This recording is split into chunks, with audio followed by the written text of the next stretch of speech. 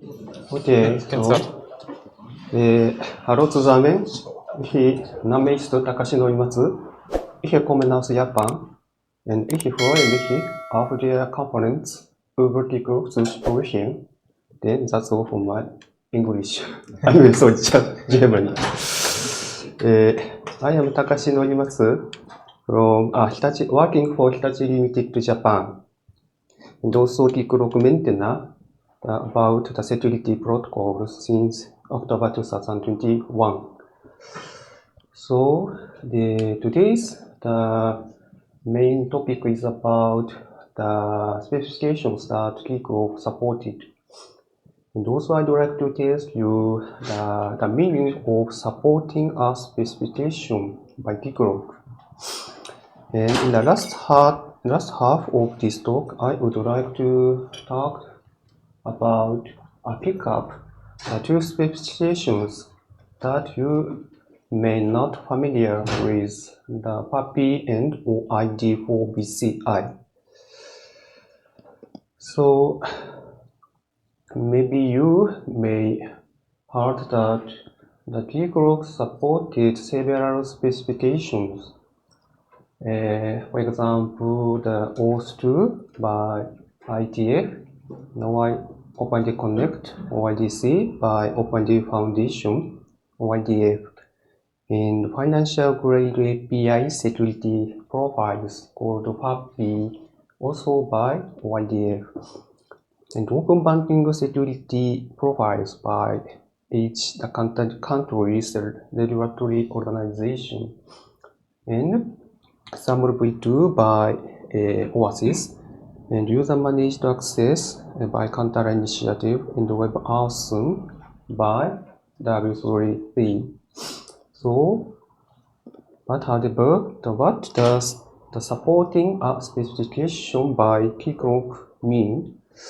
Then, in my opinion, the implementing features by following the specification as it describes. So, yes, the Keycloak supports some specifications. Then, how can we check whether the Keycloak actually support these specifications?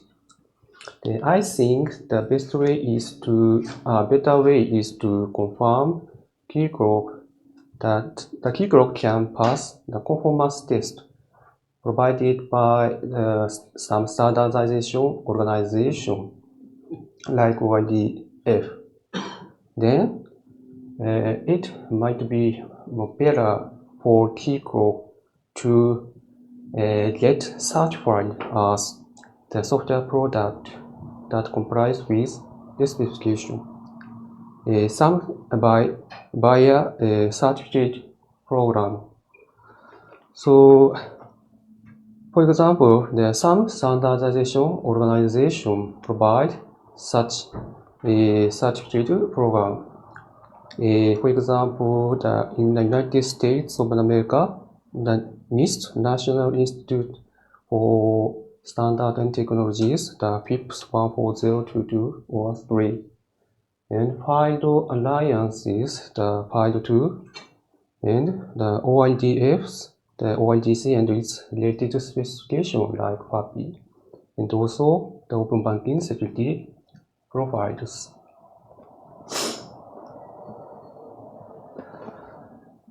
Then, so considering this point, I think there are the three types of assurance of conformity with the specification by Keycloak.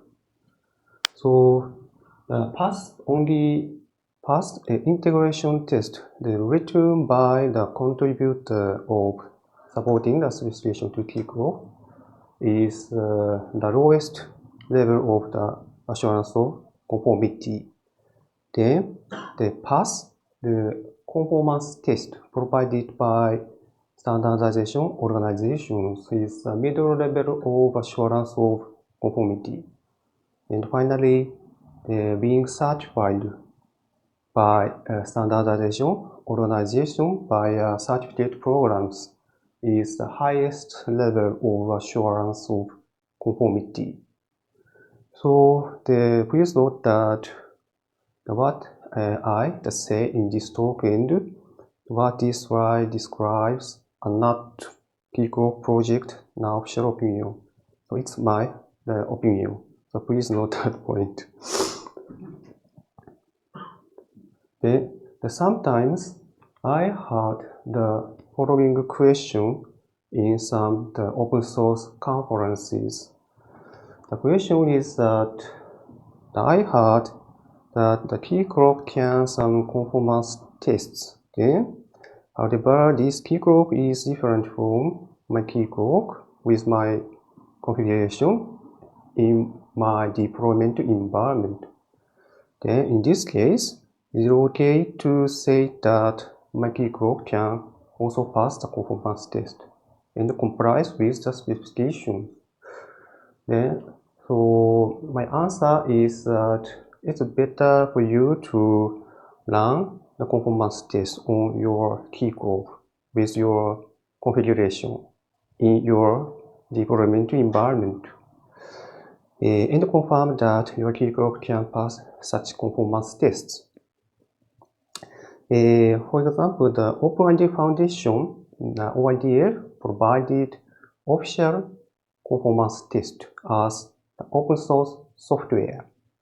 So therefore, you can download this conformance test and can run this conformance test against your Keycloak to check whether your Keycloak complies with the specifications.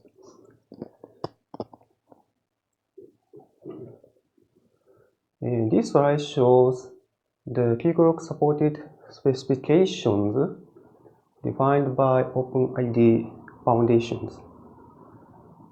So the Keycloak got certified as a software product that complies with those specifications by the OpenID Foundations through their certificate programs. For example, the OpenID Connect, OIDC, and also its related specifications.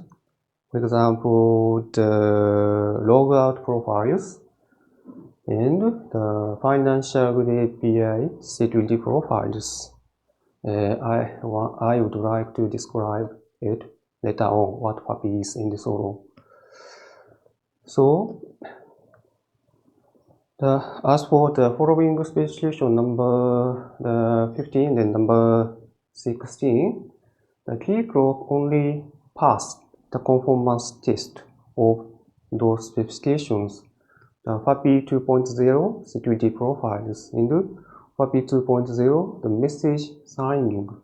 The Keycloak has not yet got certified as the software product that complies with those FAPI 2.0 specifications.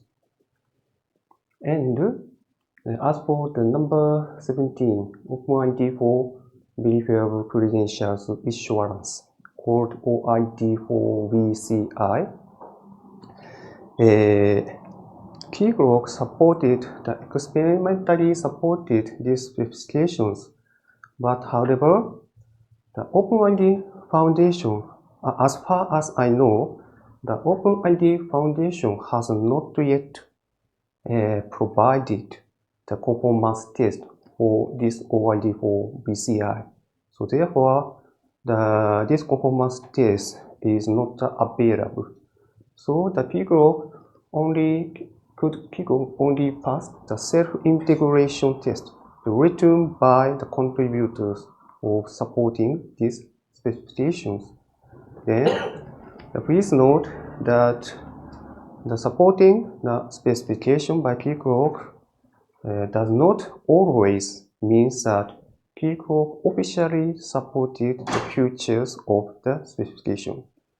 For example, the number 17, the OID for VCI, the Keycloak supported these features, but however, still the experimental feature. So therefore, it might be better for you to check out whether the specification you are interested in are officially supported by Keycloak.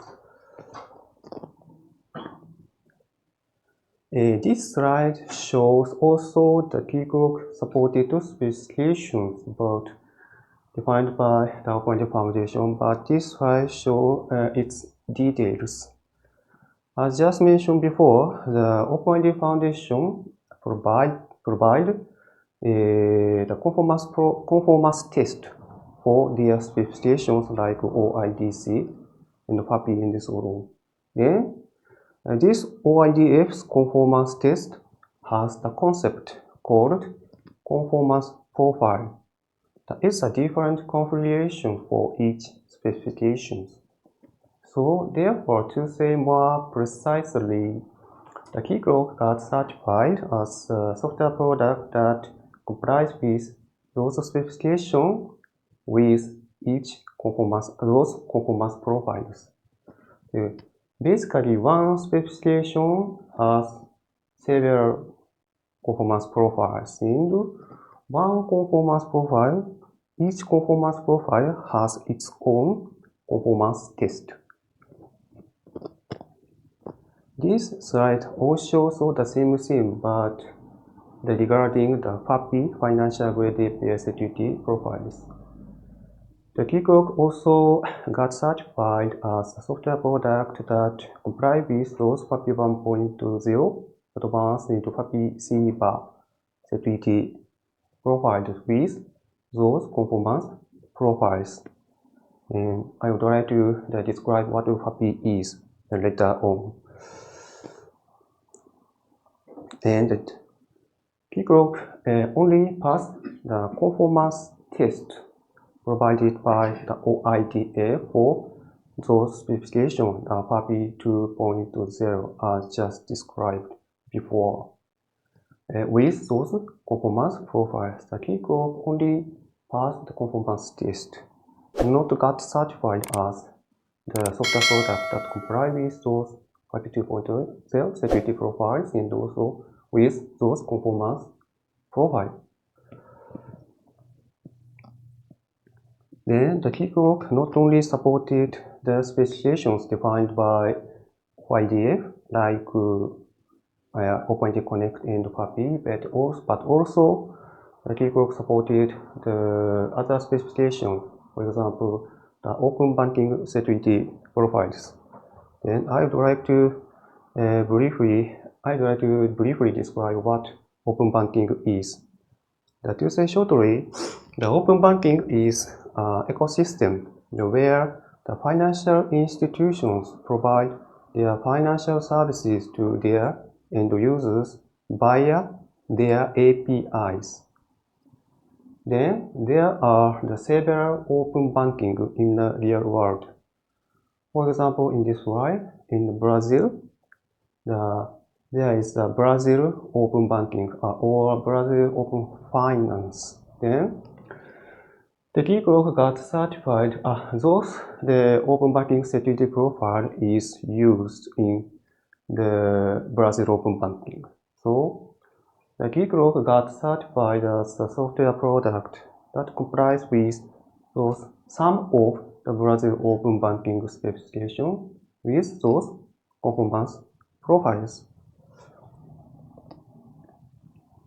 And Keycloak also got certified as a software product that complies with number 14, number 15 Australia Consumer Data Right security profiles. It is the Australian version of Open Banking with those conformance profiles. And Keycloak only passed conformance test provided by OIDF for number 12 and number 13, the UK Open Banking security profiles with those two conformance profiles. Then up to now, I described the Keycloak supported specifications defined by the Open Foundation. Then next, I'd like to talk about the Keycloak supported specifications defined by IETF. So as far as I know, the IETF does not provide the official conformance test. So therefore, those kind of official conformance tests are not available. So the Keycloak only pass self-integration test, arc area integration test. They are written by the contributors of those specifications to Keycloak. So for example, the OS 2.0 itself, token revocation, and dynamic client registration, proof key for code exchange called the Pixie, or the token interpretation, device authorization grant, token exchange, the OS2, the mutual TLS, and also OS2 pushed authorization request, or demonstration of proof of possession at the application layer called the DPOP, and OS 2.0, and so on. And so please note again that supporting the specification does not always mean that Keycloak officially support the future of the specification. For example, the number 17, the DPOP. So DPOP, yes, Keycloak supported the DPOP, but however, currently the preview feature, DPOP support is treated as preview feature. Then, so the Keycloak supported not only the specification defined by OIDF and IDF, but also supported several specifications defined by other standardization organizations. The counter initiatives defining user-managed access v2, or OASIS defining SAML v2, and W3C defining WebAuthn API. So please note that the Keycloak only pass self-integration test written by the contributors of those specifications to the Keycloak.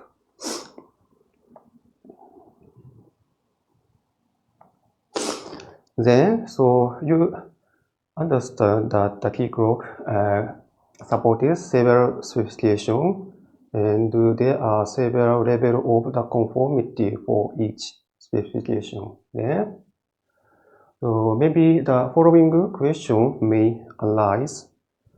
Yes, the Keycloak supported some specification. Then, when a new version of Keycloak is released, whether the new version of the Keycloak still complies with the specifications that older version of the Keycloak had already supported. Then, so to answer this question, the Keycloak community activity called OOSIG, OO Special Interest Group, ran the conformance test against every new version of the Keycloak when it's released. And we confirmed that every new version of the Keycloak, not only major minor but also micro version of the Keycloak, still can pass the conformance test and still complies with those specifications that older version of Keycloak already supported.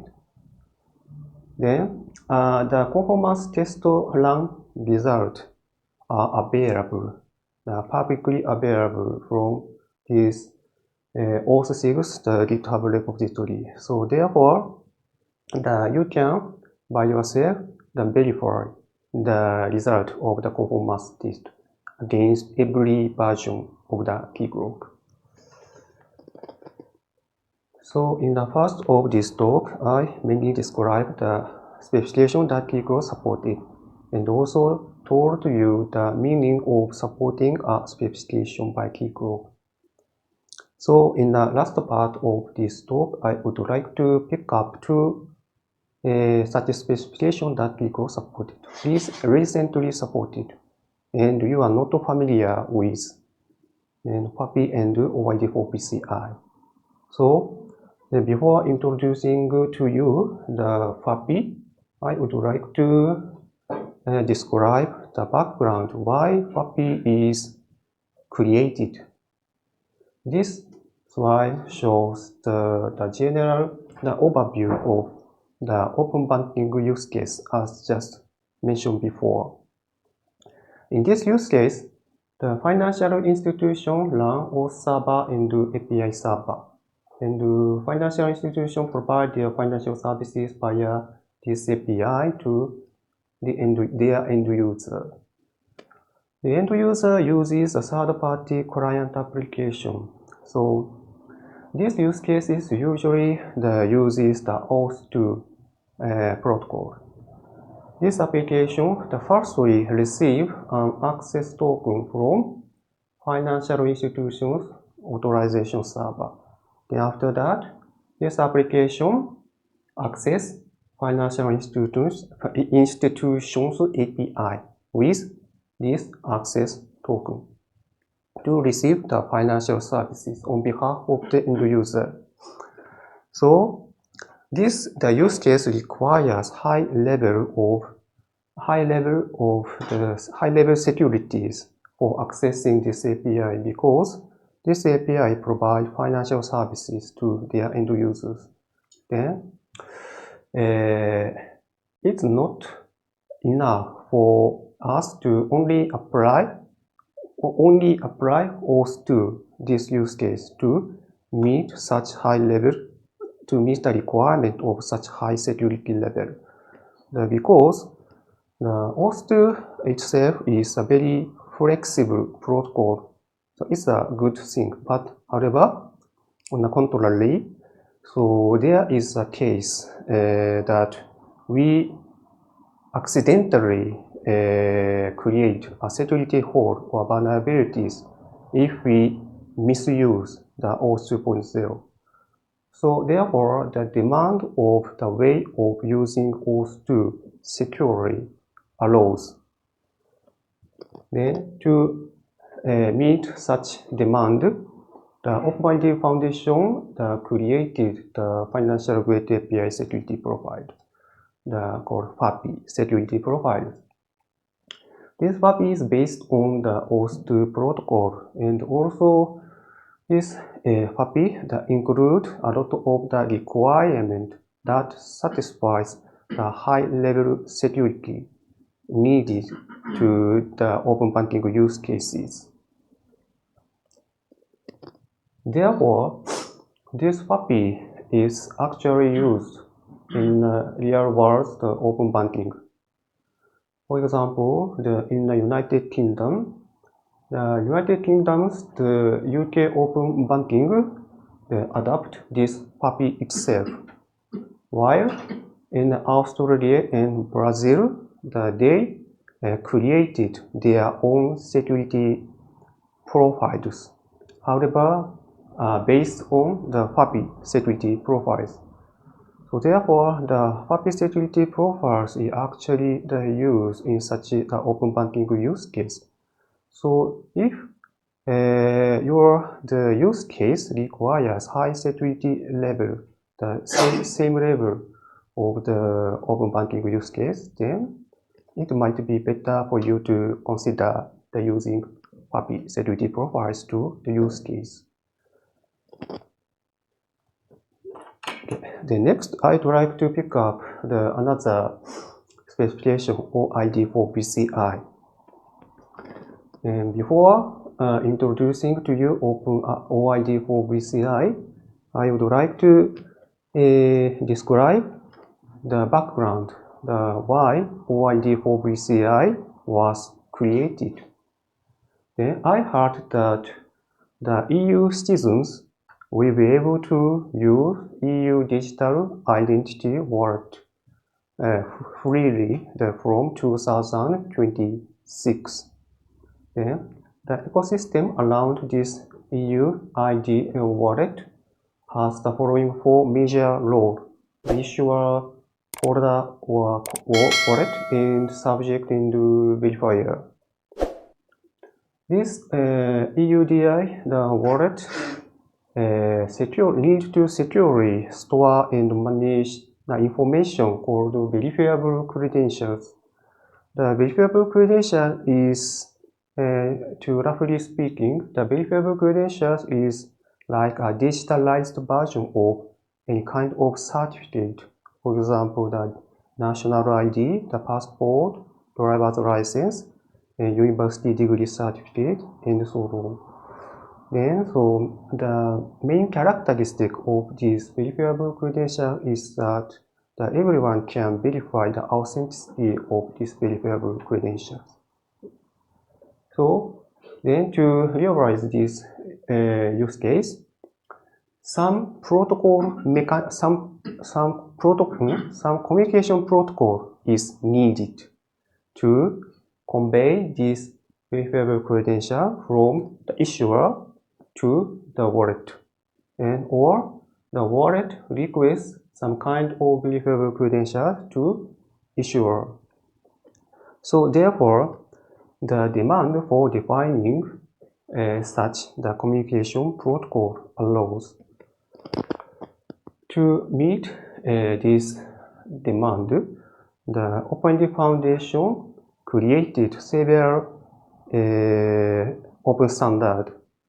There are major three standards: OpenID for verifiable credentials issuance, OID for VCI, and self-issued OpenID provider, COPV2, and OpenID for verifiable presentations, OID for VP. Then, this OID for VCI is used to communicate between issuer and wallet for conveying these verifiable credentials. Then currently, the Keycloak that supported this OID for VCI experimentally, not official, experimentally. To say more precisely, the current Keycloak's OID for experimental support plays the two roles: the token issuer as auth2 server and credential issuer as auth2 resource server. Then the wallet plays a role as auth2's client. So this wallet firstly receive an access token from this token issuer as Keycloak. After that, this wallet request the verifiable credentials to this credential issuer as the Keycloak. So the Keycloak, the current Keycloak experimental OID for VCA support not only issue an access token to wallet, but also issue a verifiable credentials to the wallet. So the motivation are mainly the Keycloak community called OAuthSig, as I just mentioned before. The OAuthSig has been working on the supporting OID for VCI and refining the OID for VCI to Keycloak. The motivation for supporting OID for VCI to Keycloak is that the European Commission released the following EUDI, the architecture and reference framework officially. This document describes that an issuer needs to implement OID for VCI. Then, if someone wants to use Keycloak as an issuer in the EUDI wallets ecosystem, then the Keycloak needs to implement this OID for the VCI. So therefore, some member of the Keycloak community or SIG has supported this OID for VCI. But however, currently the experimental feature, the current Keycloak's this OID for VCI experimental support only covers some part of the whole OID for VCI specification. So therefore, there is still a lot of room to improve this support. This slide shows the current detailed status of the OID for VCA support. Initially, the Keycloak supported these features experimentally from version 25, and from version 26, this support was refined, and still some working are in progress to define this specification. So this slide includes the detailed information, and you are not familiar with this topic, I would like to skip describing each items on this talk. But if you are interested in this OID for VCA topic, maybe this slide would be available afterwards. So please download this slide and look into that part again afterwards. Then this slide also shows the future plan by the Keycloak community for the refining the OID for VCA.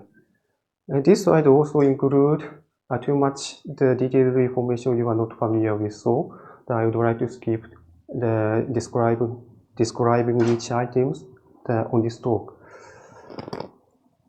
Then in this talk, in the first part of this talk, I told you which kind of the specification Keycloak supported, and also the meaning of the supporting a specification by Keycloak mean.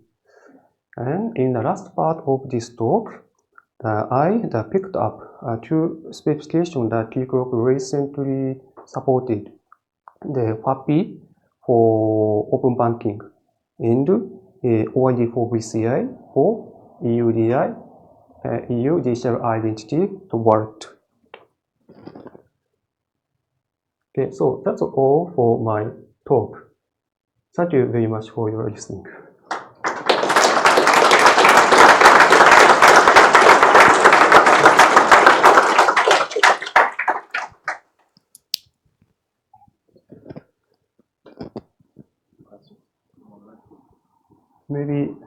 Maybe a little time left, so if you are interested in this topic, please feel free to ask me in the lobby and so on. Maybe you are not interested in. Just one question. Use the microphone. First. Hi, I have a question. There's a PSD, specification for open banking, which is today like European Union, at least in the SEPA standard. So you can get access to, to the bank account in read-only mode for like financial institutions. Is the FAPI like a next level of implementation of PSD2, or how they relate together? PSD2. Yeah. I know the PSD2's specification. But however, I know maybe a little bit older version PSD2. And as far as I know, the PSD2 does not apply FAPI itself. Maybe by the specification defined by Berlin Group and so on. So therefore, as for the PSD2, the Keycloak FAPI support cannot be used for the use case that need to comply with PSD2 in Europe. But I'm not sure whether the PSD3 or so adapt this FAPI specification. Okay. So in this case, you can use this FAPI specification by Keycloak. Keycloak already supported not only FAPI 1.0 basic advanced, but also FAPI Silver and FAPI 2.0. Not GATT certified, but only passed conformance test.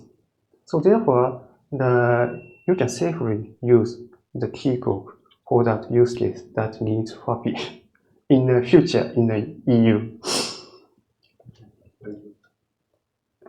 I guess one last question.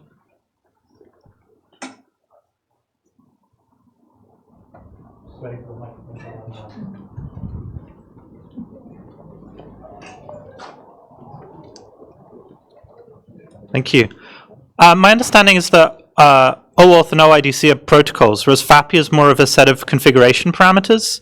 if I want to go to my client and say, oh yes, we're running Keycloak in a FAPI compliant way, is there something I can do within Keycloak to turn on FAPI mode, or do I just go and setting by setting go, yes, I've set this one to be compliant, I've set this one to be compliant? I see. Your question is how to enable FAPI, how to disable FAPI, and so on.